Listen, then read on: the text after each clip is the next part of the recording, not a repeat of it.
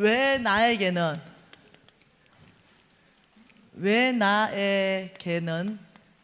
하나님의 언약이 더디 일어나는가? 더디. 예. 하나님의 일하시는 방법은 도대체 뭔가? 어떻게 일하시는가? 예, 여기에 대한 답이 있어야 된다 그랬습니다. 그래서 이걸 알기 위해서 하나님이 누구신가를 명확하게 정립해야 된다 그랬는데, 우리 하나님 누구라 봤습니까? 전능자. 하나님은 불가능이 없다. 네, 하나님은 어제나 오늘이나 영원토록 동일하신 분이십니다.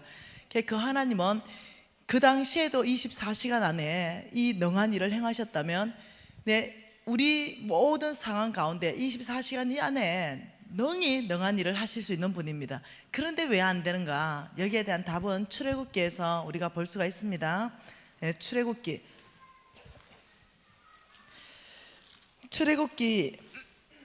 2장 말씀에 뭐라 그럽니까? 2장 23절 한 절 같이 읽습니다.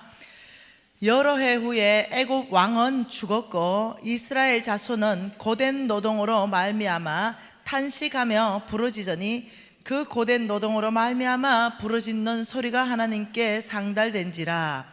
하나님이 그들의 고통 소리를 들으시고 하나님이 아브라함과 이삭과 야곱에게 세운 그 언약을 기억하사. 이랬어요. 여러분, 우리가 이해해야 되는 것이 뭐냐면은 이 사람들이 하나님한테 잘 안 부르짖는다는 거죠. 하나님께서는 역사하실 때요, 기도를 통해서 역사하십니다.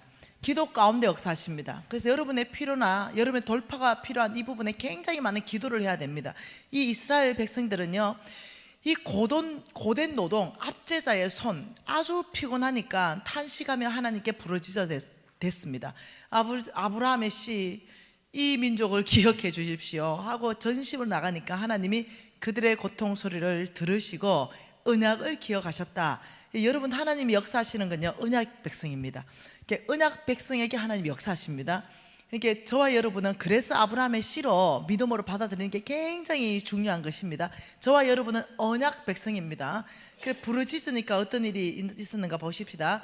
출애굽기 3장 7절 말씀 같이 읽을게요.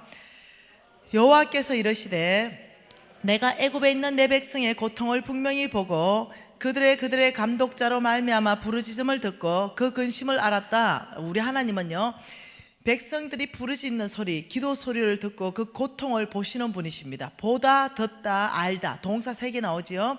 그 고통을 분명히 보신 그 하나님은 오늘도 나의 고통을 보고 계신다는 걸 이해하셔야 됩니다.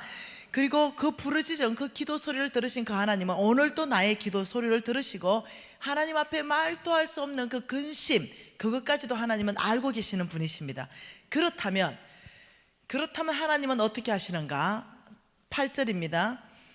내가 내려가서 그들을 애굽인의 손에서 건져내고 그들을 그 땅에서 인도하여 아름답고 광대한 땅, 젖과 꿀이 흐르는 땅으로 데려갈 것이다. 이렇게 말했어요. 우리 하나님은요, 내가 내려가겠다 이렇게 말했어요. 우리 하나님은 헛된 위로자가 아닙니다. 우리 하나님 앞에 오십시오. 사람에게 도움을 구하지 마십시오. 도울 힘이 없는 인생을 의지하지 말라고 시편 146편 3절에서 말했습니다. 오직 너희 야곱의 하나님을 도움으로 삼으라고 말했습니다. 여러분이 사람에게 자꾸 도움을 청하려고 그러는 거죠.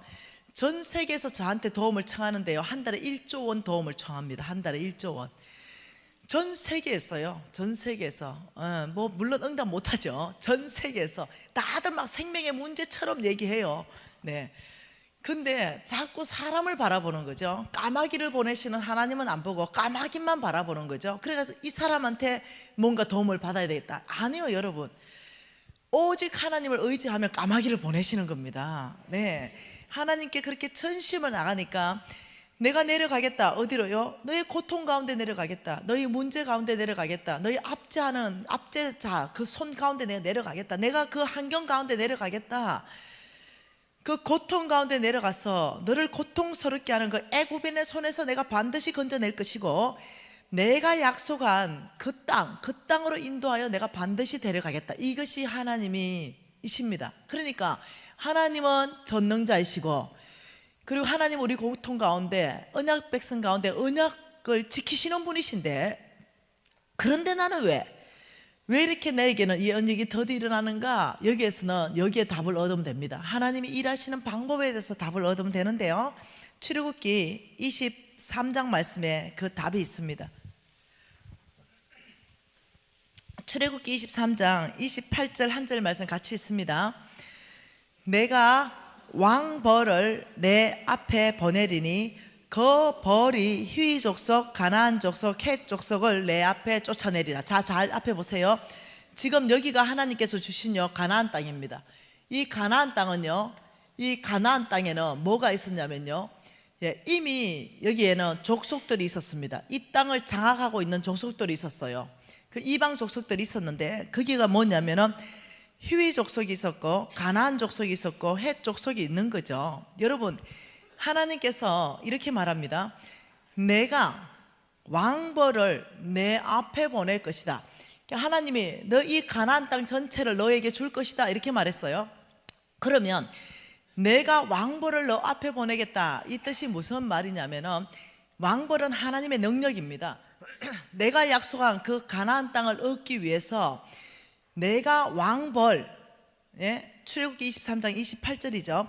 내가 왕벌을 너 앞에 보내겠다. 나의 능력이 너보다 앞서 행해서 그 나의 능력, 그 벌이 이 히위 족속, 가나안 족속, 헷 족속을 다 쫓아낼 것이다. 너의 능력으로 가나안 땅을 얻는 것이 아니라 나의 능력으로 가나안 땅을 취하게 될 것이다, 이 말입니다. 그러니까 하나님이 약속했는 그 약속에는요, 우리의 능력이 아니에요. 우리는 믿음입니다. 우리에게 필요한 건 믿음이고, 이제 능력으로 역사하시는 분은 그분이십니다. 여러분, 그 여리고 성은요, 그 밑둥이 얼마나 견고한지 위에는요 전차 2대가 나단히 지나갈 만큼의 견고하게 밑으로부터 쌓아 올랐습니다. 그거는요 웬만한 폭탄이 떨어져도 안 무너지는 그런 성입니다. 그래서 난공불락이라 그랬어요. 그런데 하나님께서 어떻게 했어요? 내가 왕벌을 내 앞에 보내겠다 이랬습니다. 한 바퀴 돌아라, 7일 동안 돌아라. 그리고 마지막 날에 7바퀴 돌고 와 라고 하면 내가 그 음성을 듣고 그 성을 무너뜨릴 것이다.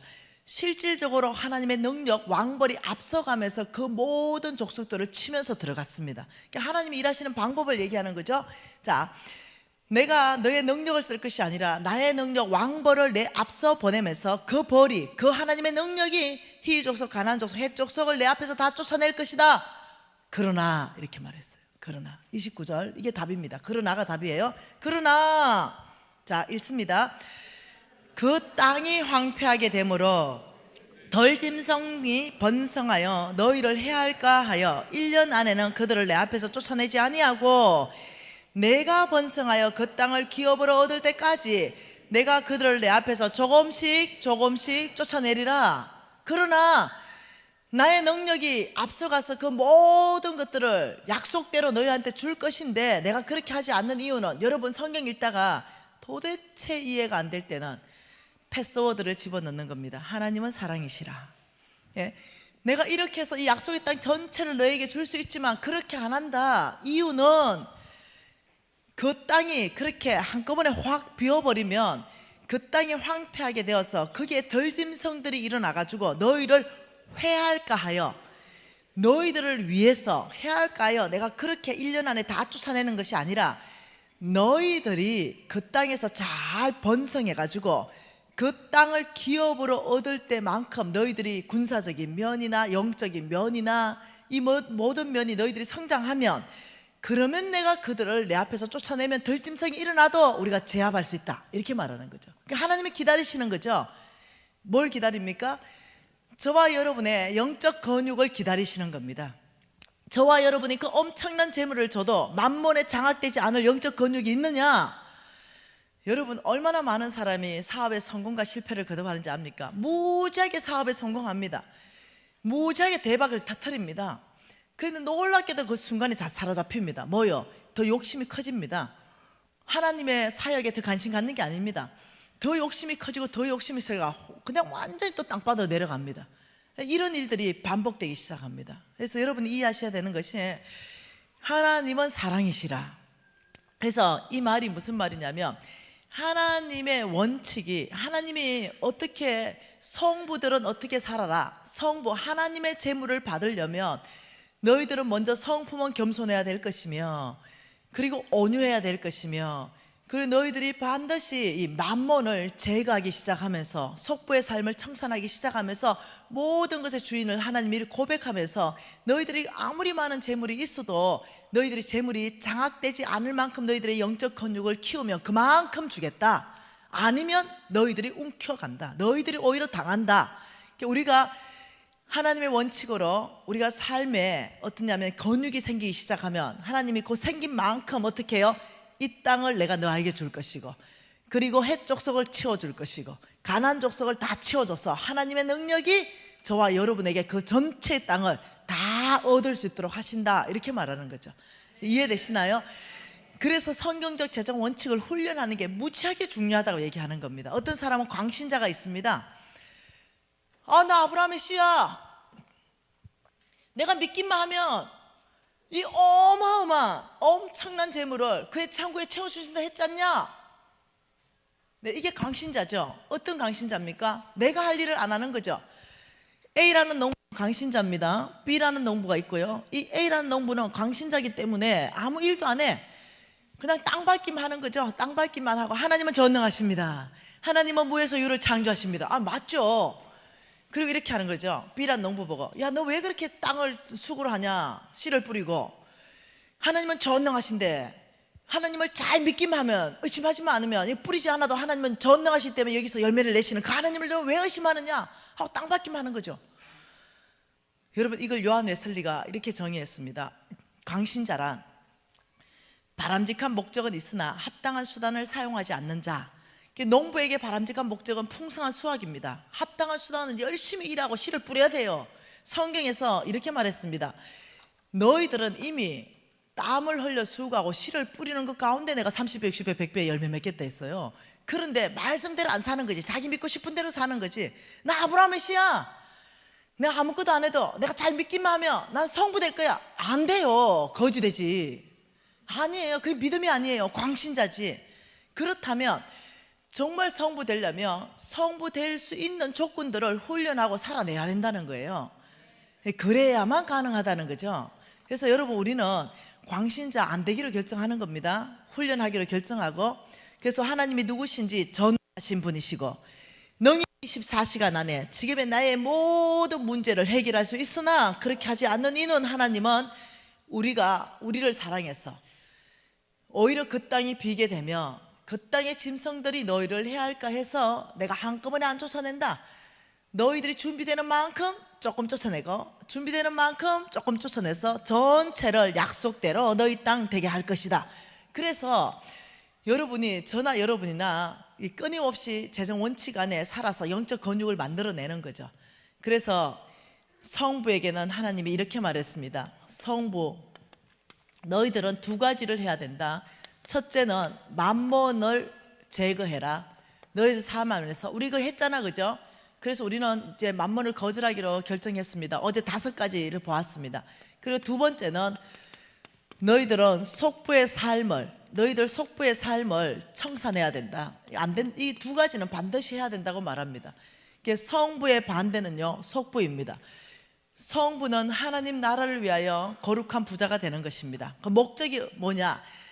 나를 위해서 돈을 쓰는 것이 아니라 하나님 나라를 위해서 돈을 쓰는 것입니다. 성부의 돈 버는 목적과 속부의 돈 버는 목적은 다릅니다. 속부는 나를 위하여 돈을 버는 사람은 속부입니다. 근데 성부는요, 성경적 원칙을 가지고 돈을 버는 게 성부입니다. 에베소서 4장 28절에는 이렇게 말합니다. 너희 손으로 선한 수고를 하는 것은 가난한 자들에게 주기 위해서 해라, 이렇게 말합니다. 다시 말하면 성경 말씀 안에서부터 너희들이 손으로 수고하는 그 돈을 버는 이유가 있다면 가난한 자들에게 주기 위해서 벌어라, 이렇게 말합니다. 세상은 이렇게 말합니다. 돈 벌어서 남 주냐? 우리 듣고 자랐던 얘기 아닙니까? 엄마들이 많이 했죠. 야, 돈 벌어서 남 주냐? 공부 좀 해라, 이렇게 말하는데 그건 굉장히 비성경적입니다. 우리 엄마는 그렇게 말 안 했어요. 야, 공부해서도 남 주고 돈 벌어서도 남 주는 게 성경적 원칙이다. 늘 이렇게 말했습니다. 이게 성경 원칙이에요. 에베소서 4장 28절 나중에 읽어보세요. 그게 그렇게 말하고 있습니다. 성경적 원칙은 성부들은 이렇게 합니다. 돈 벌어서 세상은 남 주냐? 내가 다 하겠다는 거죠. 근데 성부들은 남 주기 위해서 돈 번다. 돈 벌어서 남 주고 남 줄기 위해서 돈 번다. 이게 성부들이죠.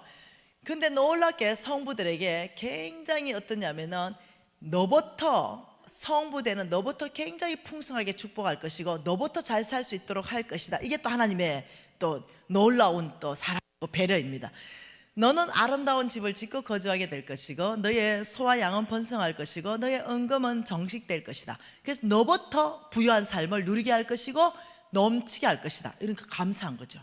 그래서 성부는요, 네, 나중에 한번 살아보세요. 10%만 해도 정말 넉넉합니다.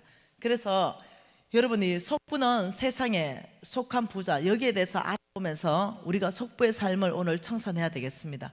하나님은 온 땅에 하나님의 사람들, 성빈, 목사님들, 선교사님들 이렇게 모아놨어요. 여기다가 어떻게 해요? 예, 잃어버린 영혼들을 위해서 가라. 너는 한국에 있고, 너는 중국 가고, 너는 일본 가고, 너는 아프리카도 가고, 너는 우즈베키스탄도 가고, 너는 탄자니아도 가고, 너는 또 키르기스탄도 가고, 하나님께서는 온 땅에 마음대로 다 보내놨어요. 그래, 너는 우물 팔고, 너는 교회 짓고, 너는 병원하고, 너는 또 유치원 짓고, 온갖 하나님 말씀 다 해놨어요. 이 성빈들은 돈이 무지무지하게 많이 필요한 사람들입니다. 예? 근데 하나님은 돈을 이쪽으로 주는 게 아니라 그랬죠. 우리 첫날에 봤습니다. 하나님은 놀랍게도 이쪽 성부, 이쪽으로 재물을 줍니다. 그리고 이 재물을요, 놀랍도록 넘치도록 하십니다. 이 재물을 가득 채우고 넘치도록 부어서 이 가득 차게 하시고 넘치도록 하시는 이 재물을 하나님이 쓰고 싶어요. 이 재물을 어떻게 쓰고 싶으세요?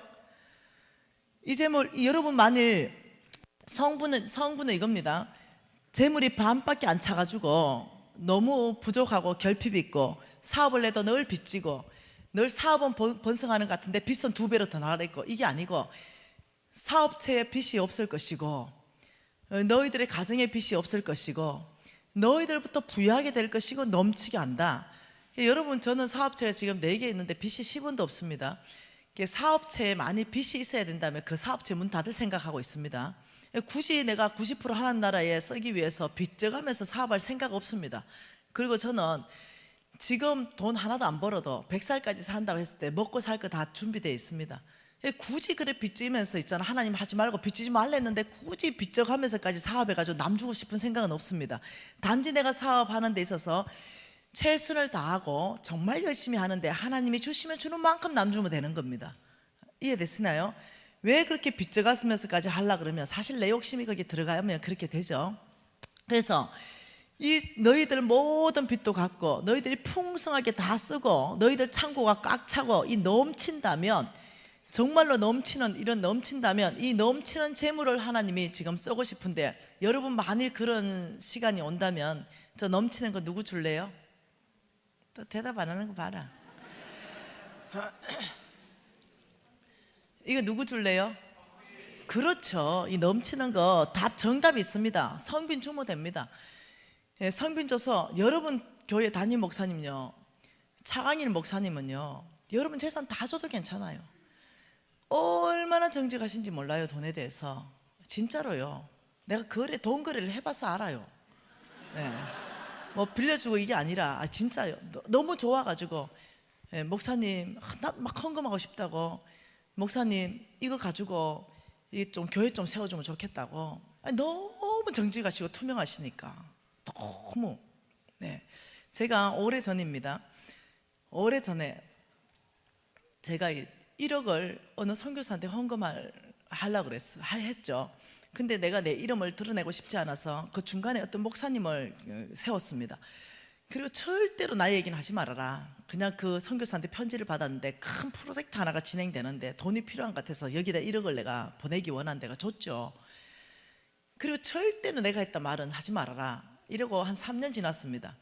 근데 그 선교사님이 안경하러 왔어요. 그러면서 당연히 나를 모르죠. 내가 헌금했는지도 모르고. 근데 아는 거예요. 김 집사님, 그 3년 전에 헌금해 주셔서 제가 그 프로젝트가 너무너무 잘 됐습니다. 그 헌금해 준 거 너무 고맙습니다. 그때 주신 그 5천만 원은 잊을 수 없는 헌금입니다. 배달 사고 났어. 중간에 5천이. 예. 사람인지라. 그리고 그 목사님하고 물론 거래를 끊었지만, 여러분 담임 목사님은요, 정말로 자기 담임 목사님 집도 다 없다니까요. 다 남조부고. 여러분 모르지? 아나? 아유, 하여튼 그렇다니까요. 담임 목사님 은퇴하면 내가 먹여 살리려고요. 네, 제가 모시고 속초 갈 겁니다. 남북한 통일을 위해서 담임 목사님, 네, 청년들 강의해야 되거든요. 그래서 은퇴하면 속초 그리고 북한. 네. 네, 그래서 여기 성빈 주면 됩니다. 성빈 줘서 이렇게 하면 되는데, 홍성근 목사님 이런 말씀하시더라고요. 여러분 인생 가운데 여러분이 준비만 된다면 이런 시간이 굉장히 빨리 올 겁니다. 준비하시라는 거죠. 근데 저는 그때 500년을 계획을 했는데 4년 반 만에 내 창고가 넘쳐버릴 거라는 건 상상을 못할 때입니다. 그 창고 넘쳐버리고 실수했어요. 아이, 나는 진짜 하나님 앞에 자랑할 게 아무것도 없다. 창고 다 넘치고 진짜 돈이 흘러 넘쳤어요. 그리고는요, 빚 마지막으로 다 갚는 날 돈이 1억 2천 있었다니까요. 그 1억 2천 가지고 주님 앞에 좀 헌금했으면 좀 내가 폼이 나겠어요. 지금 이렇게 간증할 때. 근데 그거 몽땅 틀어서 우리 신랑 차 사줄라 했잖아요. 하나님 앞에 헌금 안 하고 그 4년 반 만에 아가 타락한 거예요. 돈이 그런 거예요. 그 몽땅 틀어가지고 우리 신랑 차 사줄라다가 하나님한테 걸렸잖아요. 그래가지고 딸아, 내가 너한테 맡겨놓은 1억 2천 이래가 깜짝 놀랐잖아요. 그래서 4명의 선교사에게 3천만 원씩 차를 사서 파송해라 이래서 물론 순종했지만 걸렸다는 거예요. 딱 걸려가지고 순종하게 된 거라는 거죠. 그 자원에서 했으면 좀 좋았어. 지금 이렇게 딱 얼마나 폼나게 간증하겠어요. 나는 실수를 무지 많이 했던 사람이에요. 근데 내가 잘한 게 있어요. 뭔가 하나님 음성 듣는다면 순종했다는 거예요. 불순종은 또 안 했대. 겁나가지고.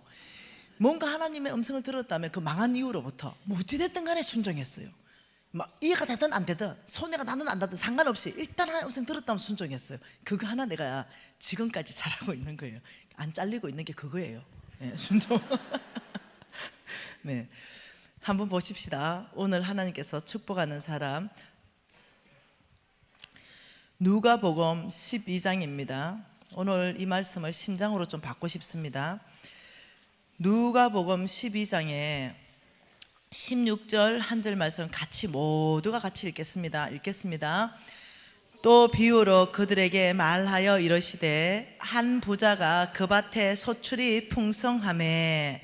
그러니까 소출이 풍성했습니다. 그 밭에. 그게 여러분 그 농사꾼의 밭에 씨를 뿌렸는데 그게 비주고 햇볕 주는 것은 하나님의 소관입니다. 30배든 100배든 소출이 풍성하게 하는 건 하나님의 역할입니다. 씨 뿌리는 건 우리 역할입니다. 여러분, 저와 여러분은 농사꾼입니다. 우리의 재능과 은사와 우리의 시간과 이런 것들을 다 어떻게 해요? 직장에 가서 씨를 뿌리는 겁니다. 우리가 사업체에서 씨를 뿌리는 겁니다. 그러면 거기에서 하나님이 소산을 거두게 하는 것입니다. 우리는 농사꾼이에요. 이 사람도 농사꾼입니다. 얼마나 이 밭의 소출을 풍성하게 하나님이 축복을 해버렸는지 17절 같이 읽을까요? 심중에 생각하여 이르되 내가 곡식 쌓아둘 곳이 없으니 어찌할까 하고. 그렇게 창고가 다 차버렸어요. 곡식 쌓아둘 곳이 없어요. 얼마나 축복인지 알겠죠? 창고는 원래요 수확보다 크게 짓는 거 아시죠? 그런데 그 창고를 다 채워버리고 이제는 더 창고가 없어가지고 거둔 수확을 놔둘 데가 없어요. 이렇게 됐어요. 이 시점이 뭐냐면요, 이 시점이 창고가 넘치는 시점입니다. 여러분, 성빈은요 부르심입니다. 하나님이 불러야 돼요. 불러야 됩니다. 아무나 못 됩니다. 너 성빈이다, 너 성빈이다 딱 불러가지고 하나님이 나의 종이다 이래야 돼요. 그래서 귀한 겁니다. 목사님 간혹 보면은, 여러분 교회 목사님 말고 간혹 신문에 나는 목사님도 뭐 상태 안 좋은 목사님도 계시죠. 그래도 여러분 귀한 것은 뭐냐면 하나님 불렀다는 거예요. 그 성빈 죽이든 살리든 그건 하나님 목이고, 우리가 바라봐야 되는 태도는 주의 종이다 이럴 때요, 아, 성격이 어찌됐든 간에 상태가 좋든 안 좋든 간에 하나님이 쓰시겠다고 불렀다는 게 귀하다는 거죠. 나는 안 불렀다는 거죠. 일단 성빈으로는 뭔 말이 이해되죠? 네, 그래서 성빈을 바라보는 태도가 뭐 잘못했으면 주님이 죽여버리든지 눈을 뽑아버리든지 알아서 하실 것이고, 네, 그건 주님의 목이고, 우리가 바라봐야 되는 것은 귀하게 바라봐야 됩니다. 복받을 눈이죠. 그런데 성부는요 선택입니다. 여기는 선택입니다. 나의 선택입니다. 이거는 하나님께서 부르심이 아니라 너가 성부로 살지 속부로 살지 네가 선택해라. 그게 뭐냐면 창고가 넘치는 그 시점에 하나님이 선택하라고 합니다. 여러분 재물이 많아지는 그 시점에 네가 선택해라. 지금 이 시점이 됐어요. 심중에 생각하여 이르되 내가 곡식 쌓아둘 곳이 없으니, 그 창고마다 이제 다 찼습니다. 그리고 주님께서 그래 내가 네한테 그만큼만 부어줘 봤다. 창고를 꽉 다 채우고 더 이상 채울 수 없을 만큼 부어줬고, 너 지금 이 엄청나게 많은 곡식들 네 어찌할래? 한번 선택 한번 해봐라. 이러고 주님이 바라보고 계셨습니다. 이때 이제 이 사람이 선택합니다. 같이 읽을게요. 또 이르되 내가 이렇게 하리라. 선택했다는 거예요. 내 곡간을 헐고 더 크게 짓고 내 모든 곡식과 물건을 거기에 쌓아두리라. 또 내가 내 영혼에게 이르되 영혼아 여러 해 썰 물건을 많이 쌓아두었으니 평안히 쉬고 먹고 마시고 즐거워하자. 하나님이 완전히 얘 골 때린다. 얘가 선택한 거는 이거 넘치는 재물 선택했습니다. 성부로. 네, 성빈 줘서 하나님 나라 확장하겠습니다. 이 선택하면 되는데 아닌 거야. 아이고 창고가 와 이래 작노? 창고를 일단 부셔버려라. 너무 작다.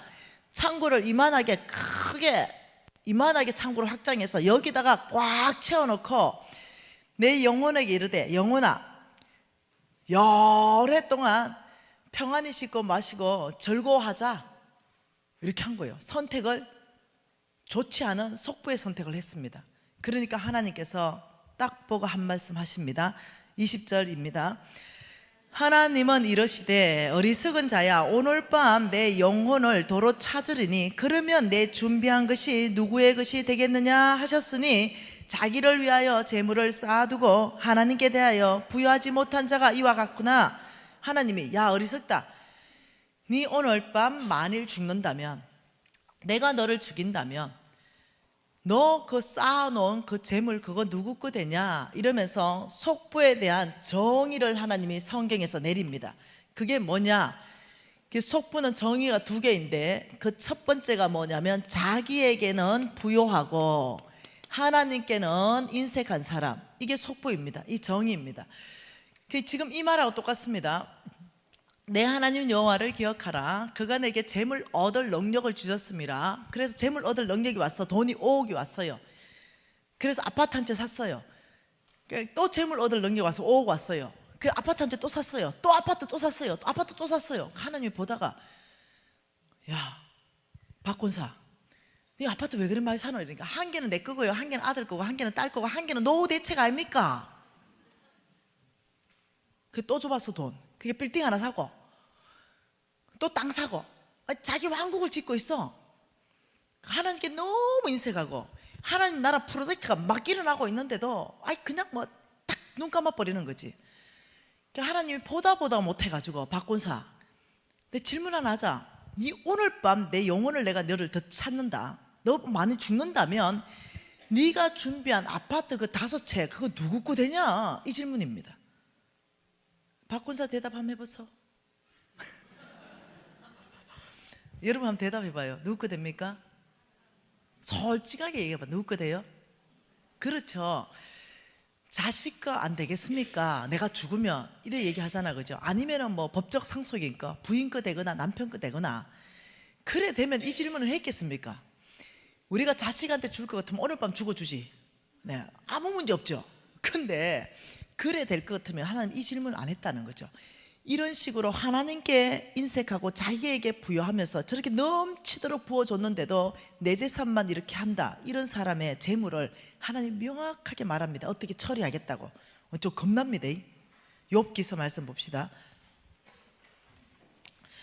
욥기 27장입니다. 여러분 욥기 27장하고 다 이해 못해도 그냥 들으십시오. 욥기 27장 13절 같이 읽습니다. 악인이 하나님께 얻은 분깃 포악자가 전능자에게 받은 산업은 이것이다. 돈에 관련해서 악인이라고 말할 때는요 몽땅 속부로 바꾸어서 읽어도 별로 오류가 없습니다. 그 속부가 하나님께 얻은 분깃, 속부가 전능자에게 받은 산업, 그 결과는 이것이다. 14, 15 읽어볼까요? 그의 자손은 번성하여도 칼을 위함이요 그의 후손은 음식물로 배부르지 못할 것이며 그 남은 자들은 죽음의 병이 들 때 묻히리니 그들의 가부들이 울지 못할 것이며 16, 17 그가 비록 은을 티끌같이 쌓고 의복을 진흙같이 준비할지라도 그가 준비한 것은 의인이 입을 것이요 그의 은은 죄 없는 자가 차지할 것이다. 이 보통 말이 아니에요. 속부가 비록 은을 티끌같이 쌓고 의복을 진흙같이 준비했다 하더라도 속부가 준비한 것은 누구한테 준다? 이거 참 감사하죠. 의인에게 주겠다. 의인. 다시 말하면 의인은 오직 믿음으로 말미암아 살리라. 의인에게 주겠다. 그리고 그 후손은, 그 자녀들은 음식물로 배부르지 못하게 할 것이다. 이렇게 말했어요. 여러분, 이 말씀을 더 이해하려면 미가서 말씀을 보면 이해가 확실히 됩니다. 미가서 6장입니다.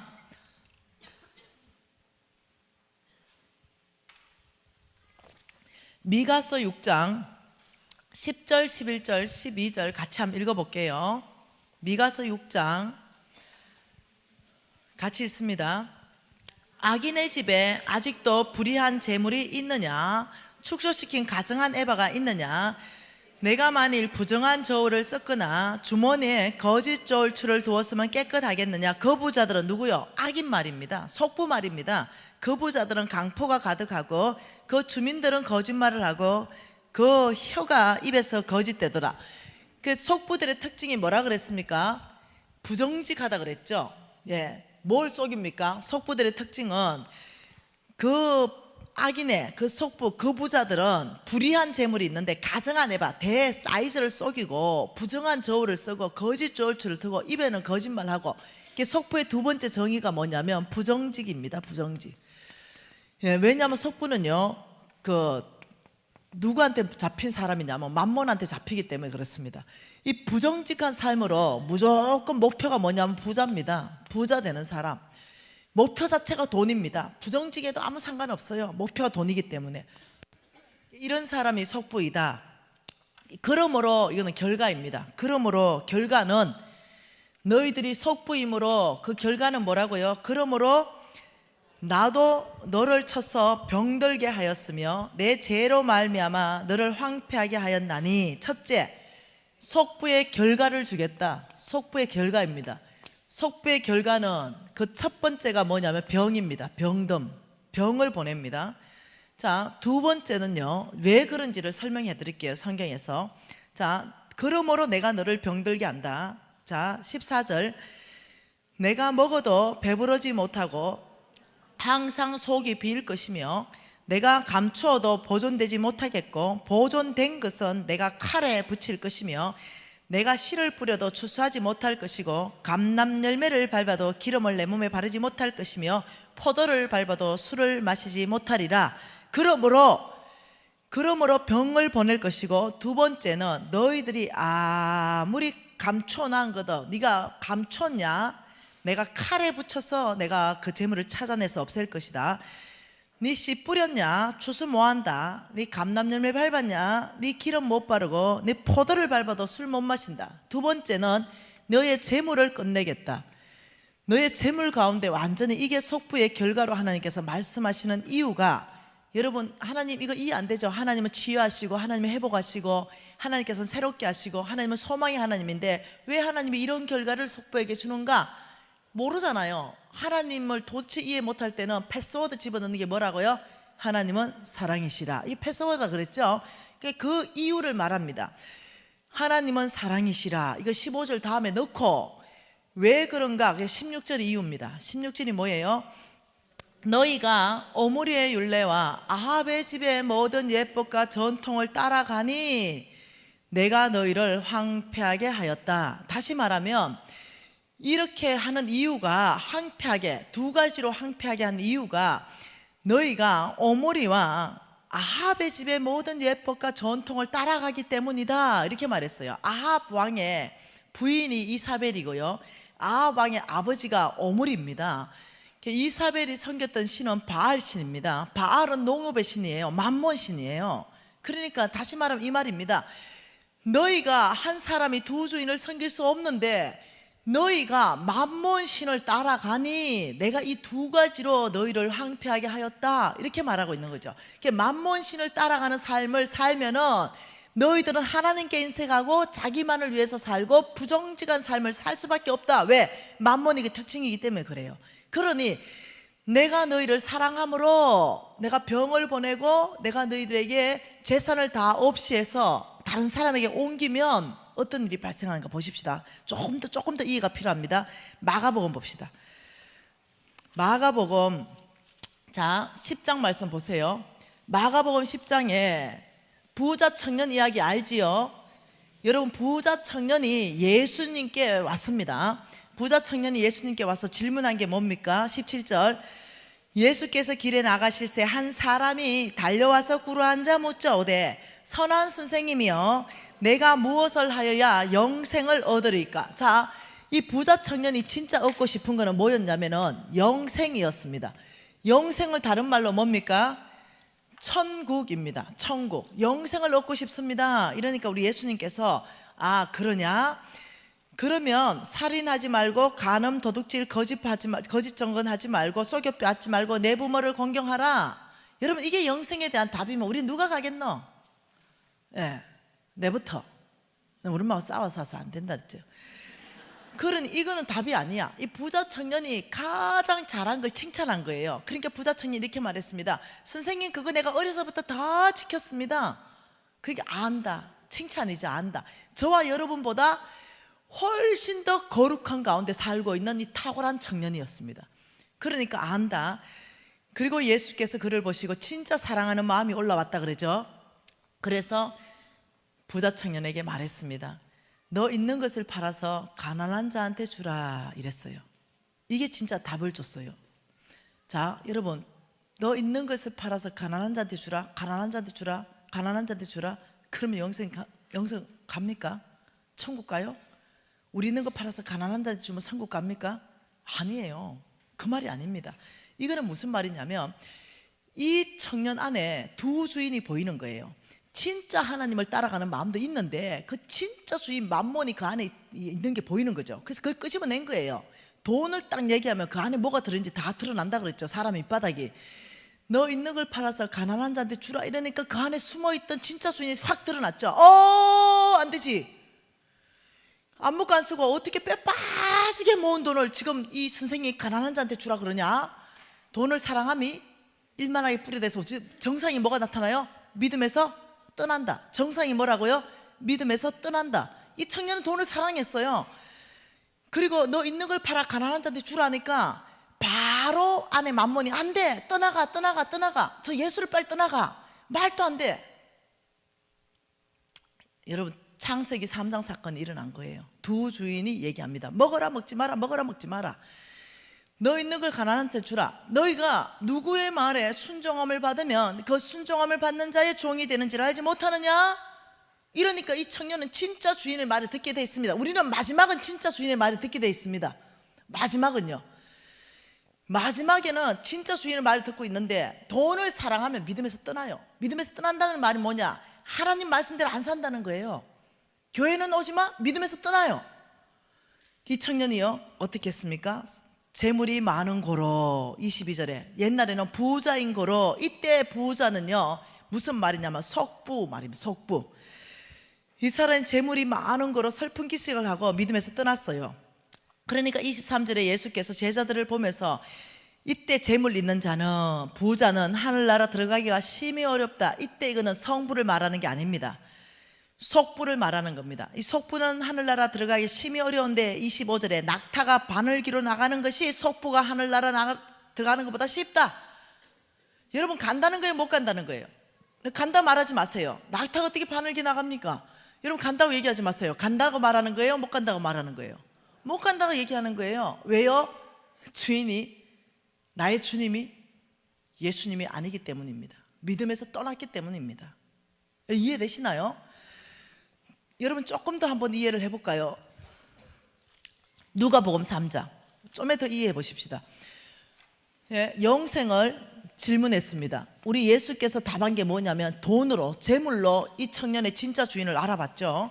자, 누가복음 3장 2절 1절 읽어봅시다. 안나스와 가야바가 대제사장으로 있을 때에 하나님의 말씀이 빈들에서 사가랴의 아들 요한에게 임한지라. 여러분 지금 여기 1절에 보면 티베로 황자가 통치하던 지 15해 이렇게 말했는데 시대적 배경을 말하고 있습니다. 티베루스 황제 15년을 할 때 그게 팔레스타인에 3개의 분봉왕이 있었습니다. 그러니까 이 분봉왕들은요 황제의 눈치를 보면서 굉장히 아부를 했습니다. 그러니까 정치적으로 굉장히 혼란하니까 영적으로도 굉장히 혼란했습니다. 그런 상황의 시대적 환경을 얘기하면서 하나님의 말씀이 빈들에서 사가랴의 아들 요한에게 임했다. 세례 요한을 말합니다.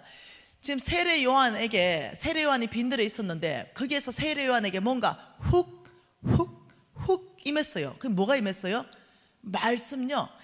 하나님이 말씀으로 임했습니다. 여러분 사람은 육신에 거하기 때문에요 하나님이요 말씀할 때요 그날 세례 요한을 잡았습니다. 세례 요한에게 임해버렸습니다. 그리고 세례 요한의 입을 통해서 하나님의 메시지를 전하는 겁니다. 여러분 오늘날도 마찬가지입니다. 하나님의 메시지를 전할 때요 주일날 담임 목사님 통해 가지고 하나님 메시지를 여러분에게 먹입니다. 그래서 전합니다.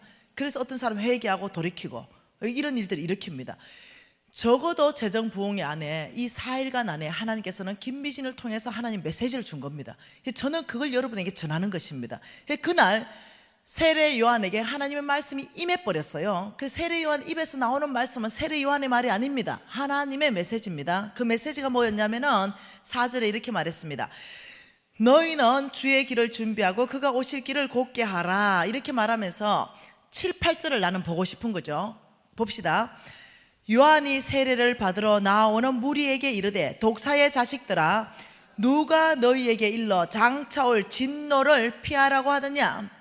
그러므로 회개에 합당한 열매를 맺어라. 독사의 자식들아 이랬어요. 와, 이게 지금 오늘날 저와 여러분에게 하는 말입니다. 저도 들어야 되는 말이에요. 독사의 자식들아 누가 너희들에게 장차올 진노를 피하라고 하느냐. 이게 뭐예요? 장차올 진노가 뭡니까? 영생의 반대? 지옥이에요. 장차올 진노는요 지옥입니다. 장차올 진노를 누가 피하라고 하느냐. 독사의 자식들아 그걸 피하려면 8절에 회개에 합당한 열매를 맺고 살아라. 너무 강력했어요 이 메시지가.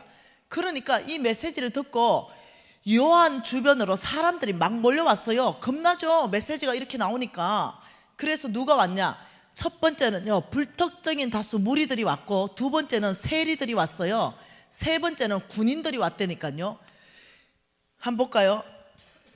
10절에 무리가 물어 이르되 그러면 우리가 무엇을 하리까? 독사의 자식들아 누가 너희에게 일러 장철 지옥을 피하라고 하더냐. 회개에 합당한 열매를 맺고 장철 진노를 피하라. 이러니까 무리들이 와가 그러면 우리 뭐 할까요? 어찌해야 장철 진노를 피할 수 있습니까? 이렇게 질문한 거예요. 그러니까 세례 요한 답이 11절에 옷 두 벌 있는 자는 옷 없는 자에게 주고 먹을 것 있는 자는 먹을 것 없는 자에게 주라. 이렇게 말했어요. 그러니까 세리들도 왔죠. 12절에 세리들도 똑같이 선생님 그러면 우리는 무엇을 하리까? 똑같은 질문이죠. 어떻게 해야 우리는 장차올 진노 그걸 피할 수 있습니까? 우리는 어떤 회개에 합당한 열매를 맺고 살아야 됩니까? 그러니까 뭐랍니까? 부가된 것 외에 거두지 말아라. 부정직한 삶을 청산해라. 너희들은 속부다. 13절에 14절에 군인들이 왔지요. 똑같은 질문이죠. 우리는 뭐 해야 됩니까? 너희도 마찬가지다. 강탈하지 말고 고발하지 말고 받은 급료를 족한 줄 알아라. 몽땅 돈으로 얘기했습니다. 뭘로 얘기해요?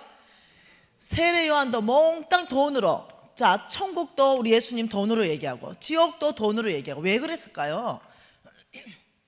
정말로 가난한 자한테 주고 이러면은 정말로 지옥 안 갈까요? 그게 아니라니까요. 너희가 오므리의 율례와 아합의 집의 모든 예법과 전통을 따라가는 만몬에 잡힌 만몬신을 섬기는 삶을 사느냐, 아니면 주의 말씀을 듣고 사느냐. 지금 믿음 문제를 다루는 거예요. 조금 더 이해해 볼까요? 마태복음 25장으로 마태복음 25장으로 조금 더 얘기해 보십시다. 무지 많은데 지금 시간 없어서 몇 것만 봅니다. 마태복음 25장. 자, 여기 전 넷 좀 보세요. 여기 지금 빨간 카펫 주변 이쪽으로는 오른쪽에 약물입니다. 오늘 천국 갈 사람들이에요. 이쪽에. 우리 목사님 여기 계셔서 너무 감사해. 네. 자, 이쪽에는 미안해요. 예, 염소물이 오늘 지옥 갈 사람이에요. 하나님 앞에 이런 일은 있을 일입니다. 주여, 주여, 내니 모른다. 왼쪽으로 이런 데니까요. 이게 곧 우리에게 있을 일이라니까요. 한번 읽어봅시다. 33절. 양은 그 오른편에, 염소는 왼편에 두리라. 그때 임금이 그 오른편에 있는 자들에게 이르시되 내 아버지께 복받은 자들이야, 나와라. 창세로부터 너희를 위하여 예비된 나라를 상속받아라. 창세로부터 너희를 위하여 예비된 나라 뭡니까? 천국입니다. 천국. 너희들은 천국을 상속받아라. 이유를 설명합니다. 내가 줄일 때 너희가 먹을 것을 주었고, 내가 목마를 때 마시게 하였고, 나그네 되었을 때 영접하였고, 헐벗었을 때 옷을 입혔고, 병들었을 때 돌보았고, 옥에 갇혔을 때 와서 보았느니라. 그러니까 어인들이 대답하되 우리가 그렇게 한 기억이 없는데 언제 그렇게 했습니까? 예수님이 대답하시되 40절 하반절에 너희 형제 중에 지극히 작은 자에게 한 것이 곧 나에게 한 것이다, 이렇게 했어요. 그리고 왼편에 있는 자들에게 이르시되 저주받은 자들이야, 나를 떠나라. 마귀와 그 사자들을 위하여 예비된 영원한 지옥불에 들어가라. 이유를 말합니다. 내가 줄일 때 목마를 때 나그네 되었을 때 헐벗었을 때 병들었을 때 옥에 갇혔을 때 너희들은 날 돌보지 않았지? 그러니까 왼쪽에 있는 사람들이 우리가 언제 예수님 안 돌봤습니까? 45절 하반절에 지극히 작은 자에게 하지 않은 것이 곧 나에게 하지 아니한 것이다. 46절 같이 있습니다. 그들은 영벌에 의인들은 영생에 들어가리라 하시니라. 여러분, 성경에 더 있습니다. 훨씬 더 엄격한 말 더 있어요. 이 말이요, 가난한 자 돌보고, 네, 정말 병든 자 돌보고 옥에 같은 자 돌보면 영생 간단 말입니까? 그 얘기 아닙니다. 네 주인이 누구냐? 네가 정말 예수가 너의 주인이라면 예수의 말을 들을 것이요, 만몬이 너의 주인이라면 만몬만을 들을 것이다. 한 사람은 두 주인을 섬길 수 없다. 우상 숭배하면 못 들어갑니다. 오늘날 가장 강력한 우상 숭배는 만몬입니다. 이 강력한 만몬 우상 숭배하는 이 삶으로부터 떠나라고 말하는 겁니다. 여러분 생각해 보세요. 이제 미가서 말이 이해될 겁니다. 너희들이 하나님께 인색하고 자기에게 부여하면 부정직하게 사는 그 이유가 너희들의 주인이 하나님이 아니기 때문이다. 너희들이 주인이 만몬이기 때문에 너만을 위해서 쌓고 또 쌓고 또 쌓고 또 쌓고 살고, 너만을 위해서 부정직하면서도 돈을 모으고 또 모으고 또 모으고 하는 이유 자체가 너의 진짜 주인은 그 깊이 안에 만몬이기 때문이다. 그런데 내가 만몬을 따라가면 주여 주여 하는 자마다 다 천국 올 자가 아니다 이러니까 하나님이 너희가 오므리의 율례와 아버지 집의 모든 예법과 전통을 따라가니 내가 너희들을 두 가지로 병으로 재물로 황폐하게 하면 천하 없어도 만몬 따라가다가 나에게로 돌아올 것이다. 하나님은 사랑이시라.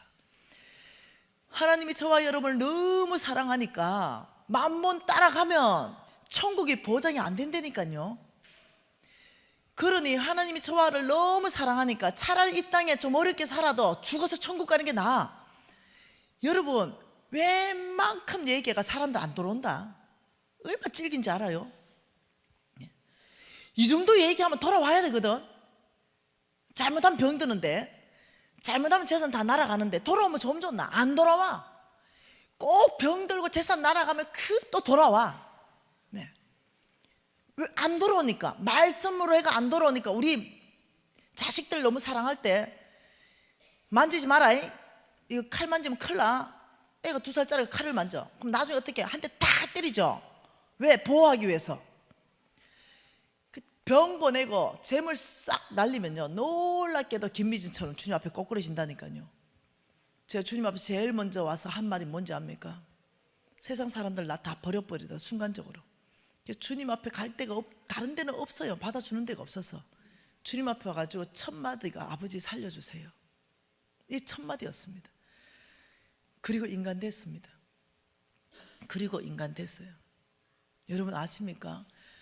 하나님께서 정말 사랑할 때는 여러분 한 대 탁 때렸으라도 천국 백성 만드신다는 거, 이게 하나님의 사랑이십니다. 그러니 지금 오늘 이 말씀이 얼마나 찬스입니까?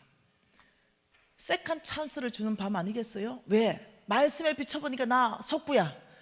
여전히 하나님께 인색하고 나에게만 이제까지 부유하게 살았고 부정직함으로 살았는데 건강해. 그리고 재산도 남아있어. 그럼 오늘 이 밤이 얼마나 세컨 찬스의 밤이겠어요? 얼마나 구원의 밤이겠습니까? 얼마나 감격의 밤이겠어요? 몇 구절 더 보십시다. 예레미야입니다. 예레미야 17장 11절 말씀입니다. 예레미야 17장 11절에 이렇게 말했습니다. 같이 읽습니다. 불의로 치부하는 자는 자고새가 낳지 아니한 알을 품은 같아서 그의 중년에는 그것이 떠나겠고 마침내 어리석은 자가 되리라. 이걸 현대인의 성경으로 번역해 놓은 걸 그대로 읽어드릴게요. 부정직한 방법으로 돈을 모아 부자가 된 사람은 자기가 낳지 아니한 알을 품고 있는 자고새와 같아서 언젠가는 그것이 자고새를 버리고 날아가 버리듯이 그의 부가 조만간에 그를 떠날 것이니 그는 결국 어리석은 사람이 되고 말 것이다. 또 하나님이 경고하는 것은 부정직한 방법으로 돈을 모으면 날아갈 것이다. 잠언서 28장 한번 더 봐보십시다.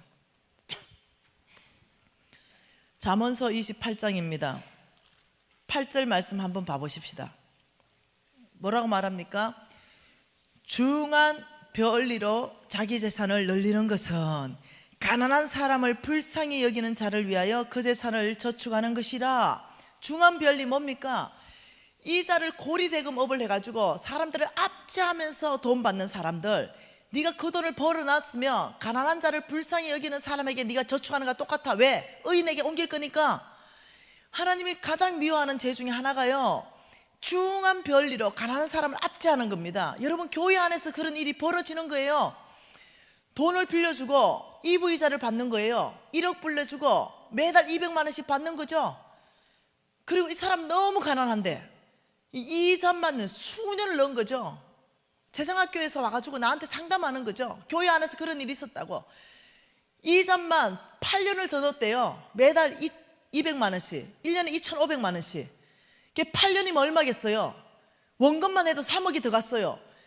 그런데 내가 얘기했죠. 그 사람 찾아가가지고 이제는 더 이상 이자 받지 말라고 얘기하고 원금부터 갚아라. 매달 200만 원씩. 그리 얘기하니까 안 갚아준답니다. 원금 탕금 받아 해달라는 것도 아니고 이자 이만큼 받았으니 이자 그만 받으시고 내가 200만 원 매달 줄 테니 원금부터 까주십시오. 이걸 안 해준다는 거죠. 내가 그 사람 어찌 될지 네가 보게 될 거다 그랬어요. 말씀 안에서도 보게 될 것이다. 얘는 지금 파산하게 생겼어요. 결국 파산 신청하게 된 거죠.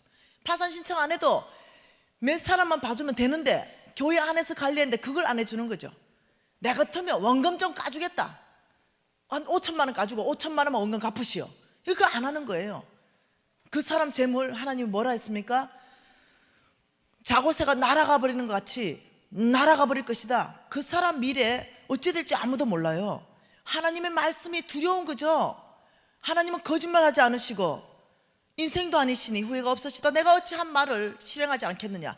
하나님은 심판하리라. 그대로 심판하십니다. 근데 회개하고 돌이키며 은혜를 베푸십니다. 긍휼로 용서하십니다. 근데 끝까지 버팅기면 하나님은 손댑니다. 그때는 하나님의 원래 계획, 잠언서 13장 22절 한 번 더 읽어볼까요? 뭐라 합니까? 선인은 성부를 말합니다. 성부는 선인의 산업은 그 자자손손에게 끼치게 할 거다. 하나님은 성부의 재물을 자녀 손손에게 흘러가도록 합니다. 자녀 손손에게 물려주기도록 합니다. 그런데 죄인의 재물, 속부의 재물은 또 어떻게 말합니까? 의인을 위하여 쌓이느니라.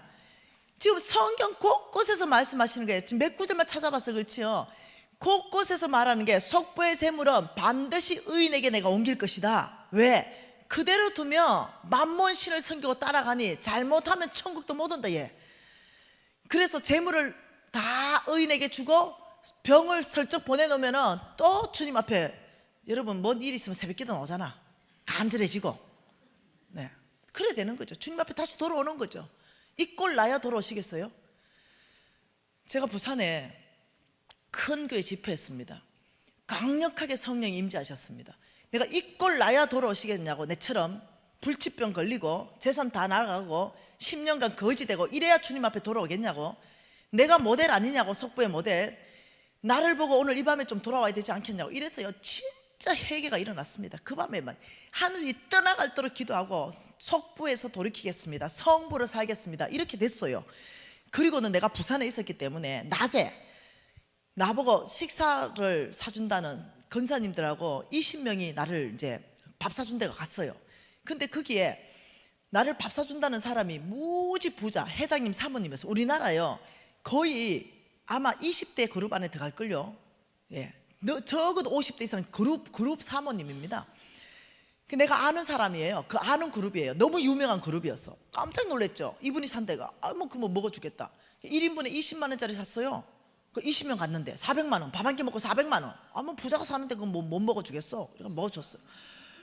그런데 이 사모님이, 간사님, 제가 간사님의 강의에 무지 은혜 받고 다 좋았는데 나이는 60 넘었어요.